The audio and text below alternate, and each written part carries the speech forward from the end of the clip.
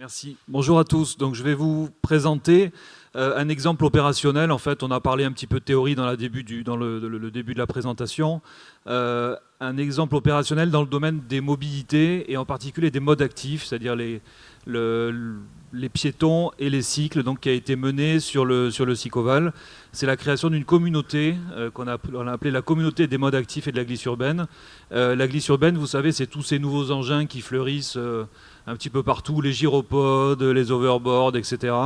On les a intégrés dans la réflexion parce que c'est des nouveaux usages qui sont en train d'arriver et on considérait qu'il fallait traiter cette question-là de façon plus générale sur la question des modes actifs.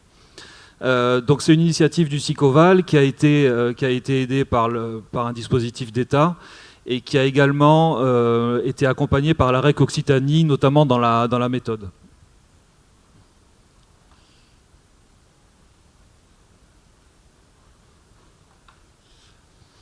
Donc on ne parlera pas dans cette présentation de design, on est vraiment sur plutôt des questions plus opérationnelles, plus concrètes. Et bon, par contre, vous retrouverez certains éléments qui ont été présentés tout à l'heure, précédemment. Le Sicoval, donc je ne vais pas m'attarder sur l'ensemble des chiffres, vous voyez qu'il y en a beaucoup. Juste vous indiquer que c'est une communauté d'agglomération qui est dans le sud-est toulousain, qui comprend 36 communes. Sa caractéristique principale, c'est le fait que ce soit une collectivité périurbaine, à proximité et limitrophe de Toulouse, mais également en lien avec les territoires un peu plus éloignés, moins denses du Lauragais. En termes de mobilité, ça a forcément un impact, c'est caractéristique. On est sur des secteurs proches de Toulouse qui sont connectés au métro. On a une tête de pont métro et on a ensuite des réseaux bus structurants vers les zones d'activité et des réseaux à la demande, par exemple en termes de transport en commun, dans les secteurs moins denses. En termes de mode actif, on est traversé par le parcours cyclable du canal du Midi, qui a été développé par le département, sur lequel le Sicoval développe ses axes structurants. On est sur une mutation un petit peu sur la question des modes actifs, puisque pour l'instant, c'est la voiture qui est principalement utilisée dans les déplacements sur notre territoire.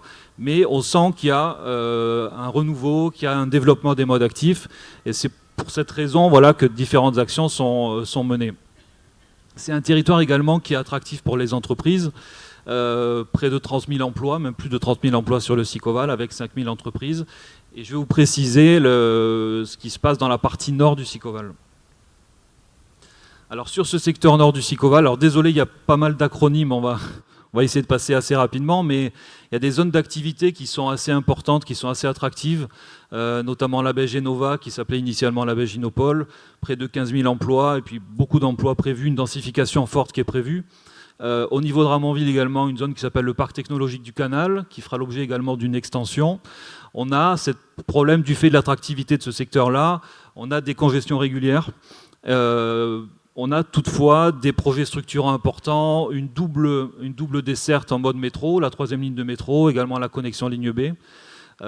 Et on a, alors c'était la façon un petit peu positive de tourner les choses, mais un fort potentiel de report modal vers les modes actifs, qui sont assez peu utilisés actuellement et on aimerait vraiment pousser, c'est l'objet un peu de cette communauté, d'inciter et de développer par des différents types d'actions l'utilisation des modes actifs. Donc on s'est posé la question, le Sicoval s'est posé la question, comment est-ce qu'on peut inciter au développement de ces modes actifs en ayant une vision un peu collective, en essayant d'associer la population, les entreprises, les associations, les élus dans une structure commune.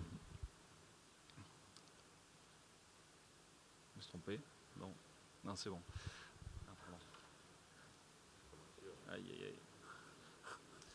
Donc cette structure, on l'a appelée la communauté des modes actifs et de la glisse urbaine.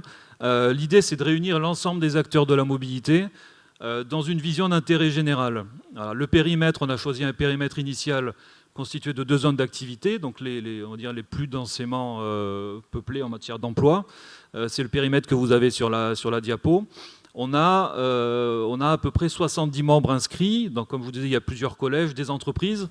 On a beaucoup de référents des plans de mobilité des entreprises qui participent. On a des associations, notamment les associations d'usagers mode actif, type 2 pieds 2 roues à Toulouse, que vous connaissez certainement. Des élus locaux. On a essayé de mobiliser les communes proches dans un périmètre un peu élargi des zones d'activité. le CODEV Sicoval, c'est-à-dire le conseil de développement, et puis des partenaires institutionnels, les voisins, la petite collectivité voisine de Toulouse Métropole par exemple, TCO Collectivité, l'autorité organisatrice des mobilités, dont fait partie, dont est membre le Sicoval, qui traite de la question des transports en commun et puis de la mobilité au sens large.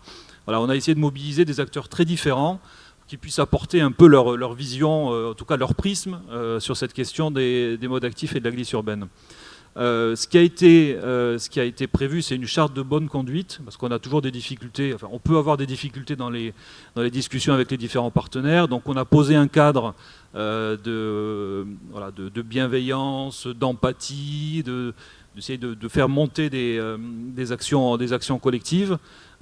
Ça c'est vraiment sur le respect de la charte, ça s'est plutôt bien passé. Il fallait aussi définir précisément quelles étaient les interventions des différents acteurs, notamment le Sicoval qui est plutôt dans l'initiative, avec un portage par les deux, on parlait tout à l'heure de gouvernance, par les deux vice-présidents, donc chargés des transports et déplacements, également de la transition écologique. Les membres de la CMA donc, qui sont présents pour brainstormer, faire des propositions, participer et réaliser des actions.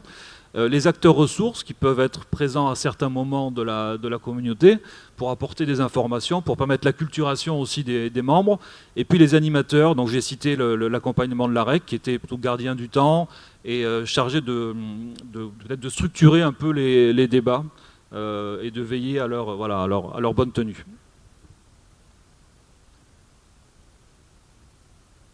Décidément, je n'arrive pas bien. Ouais, c'est bon. Alors les travaux, donc il y a une première partie de définition de la feuille de route. Donc ça s'est fait sur on va dire 3 réunions. La première réunion, ce qui était important, c'était de partager un diagnostic, c'est-à-dire qu'on a fait un diagnostic sur une sorte de photo sur l'utilisation des modes actifs et sur les perspectives, sur le périmètre qui avait été choisi. Ce diagnostic, il a été présenté et partagé. Je pense que c'est une base assez importante pour le travail à venir.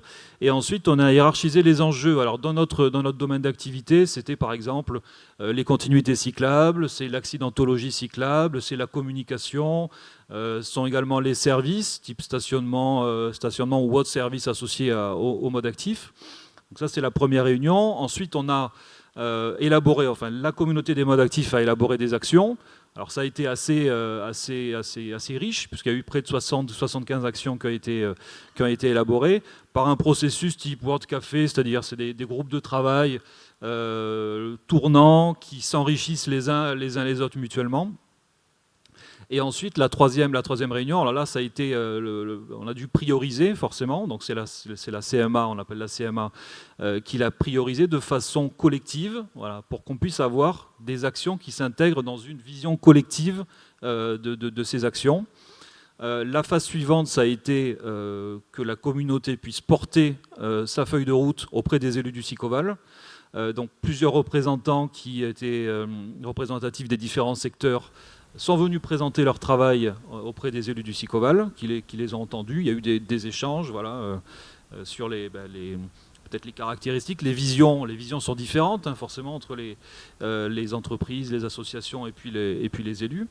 Et ensuite, il y a eu un retour de la part du Sicoval sur les actions qui étaient proposées.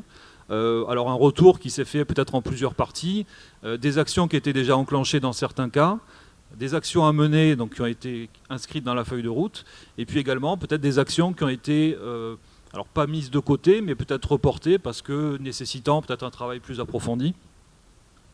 Et donc en 2019, on a démarré, alors c'est l'objet de la diapo suivante, on a démarré un cycle de réunions de travail un petit peu plus soutenu en fait, puisqu'il y en a 9 qui sont prévus, avec également une représentation un peu moins large de la communauté des modes actifs, donc avec des personnes qui ont choisi de travailler sur les différents sujets.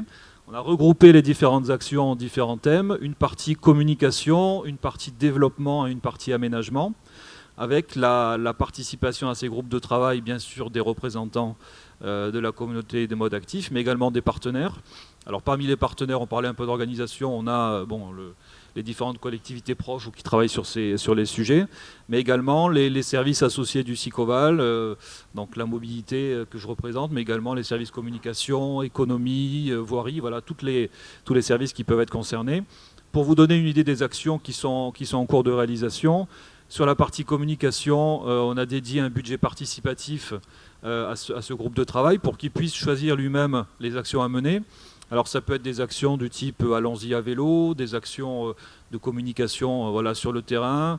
Allons-y à vélo, on incite les entreprises à faire que pour une journée dans l'année, à une certaine période, le maximum de salariés puissent se rendre à leur travail en vélo. Donc ça crée de la visibilité pour les cyclistes. C'est quelque chose dont on a besoin, nous, justement, sur nos territoires qui sont... voilà, les gens commencent à adhérer au vélo. On a également comme autre exemple l'intégration de cette thématique mode actif dans la réflexion sur les services des zones d'activité, ou l'élaboration également d'un support cartographique interactif. Sur le développement, c'est plutôt l'ensemble des services. On a donc les membres de ce groupe de travail choisissent des implantations de stationnement vélo, par exemple, sur les zones d'activité.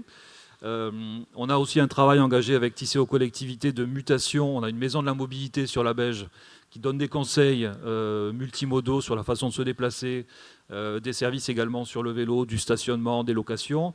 Elle va certainement muter et on va demander à ce groupe de travail de travailler qu'est-ce qu'on veut faire, quel serait le devenir de cette maison de la mobilité, quelles sont les actions nouvelles qu'on veut développer. Donc ils seront concertés, ils vont participer à la co-construction.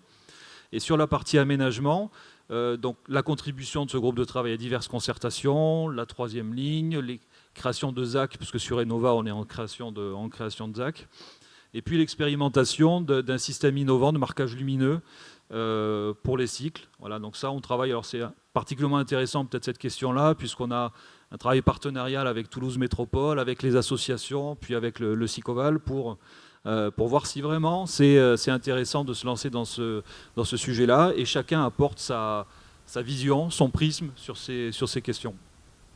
On aura une évaluation du dispositif à l'automne 2019, et puis certainement donc, une plénière de la communauté des modes actifs, et puis un retour aussi vers les élus pour leur montrer à base d'indicateurs voilà, comment s'est passé les travaux sur 2019. Alors, je crois qu'il y a juste une dernière diapo sur les points forts et les limites. Les points forts, on l'a constaté, c'est qu'on a vraiment une montée en compétences des membres, voilà, qui ont vraiment... c'est des sujets qu'ils ne maîtrisaient pas forcément, c'est normal, on ne peut pas maîtriser tous les sujets, mais il y a eu une acculturation, il y a eu un partage de connaissances. On a une application, je l'ai dit, des partenaires, une approche inter-EPCI. Voilà, sur cette question des transports en général, la vision de l'usager ne peut pas s'arrêter à la limite administrative, donc on passe d'un territoire à un autre, et on a, du fait de cette application, on a une vision qui est peut-être un peu plus usagée, on va dire. On a un confort de travail également. On s'est rendu compte que c'était plutôt assez convivial en fait d'associer tous ces partenaires, que ça se passait relativement bien. On adapte les solutions également. On a de ce fait une réflexion, puisqu'on a plutôt des retours positifs sur l'élargissement de ce périmètre-là, qui est pour l'instant vraiment cantonné à la question, au secteur zone d'activité nord du SICOVAL. Les limites, c'est la complexité des interventions des collectivités. On a des compétences qui sont mêlées sur les sujets de la mobilité entre le département, la région, l'autorité organisatrice des mobilités, les communes, les associations, les entreprises. Donc c'est un peu complexe, voilà, pour ne pas dire plus. On a besoin d'une plateforme d'échange pour mieux travailler. On a besoin de pouvoir échanger des documents, d'avoir des retours plus réactifs. Ça, on est en train d'y travailler, mais ça nous manque dans notre relation avec les membres de la CMA. On a vu dans les échanges entre la gouvernance du SICOVAL et les membres qu'il y avait encore des questions de budget, de demande de mobilisation de budget sur ces sujets. Voilà, c'est pas toujours facile sur les questions des collectivités qui ont des moyens quand même qui sont limités. On a parfois des demandes qui sont fortes. Pour nous, on essaie d'y répondre en associant et en essayant de co-construire peut-être plus les actions et de faire qu'elles émergent plus aussi de la part des participants. Et la dernière peut-être limite, la capacité à véritablement co-construire. On a 9 séances en 2019. On se rend compte que c'est un peu difficile vraiment de co-construire ensemble. C'était le but. On a peut-être une difficulté un petit peu de ce côté-là. Je vous remercie. Merci Monsieur Cala.